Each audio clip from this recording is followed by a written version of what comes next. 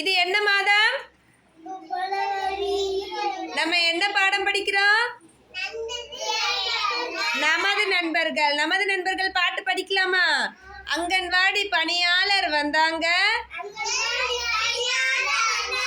பாட்டு சொல்லி தந்தாங்க, ஆட்டம் பாட்டம் கதையுடன் நன்றாய் ஓட வைத்தார்கள். தபால்காரர் வந்தாங்க, தபால் ஒன்று தந்தாங்க, நல்ல செய்தி சொன்னாங்க, எங்க மாமா வராங்க, டாக்டர் மாமா வந்தாங்க, தொட்டு தொட்டு பார்த்தாங்க, மருந்து மாத்திரை தந்தாங்க, நன்றாக சாப்பிட சொன்னாங்க, விவசாயி மாமா வந்தாங்க,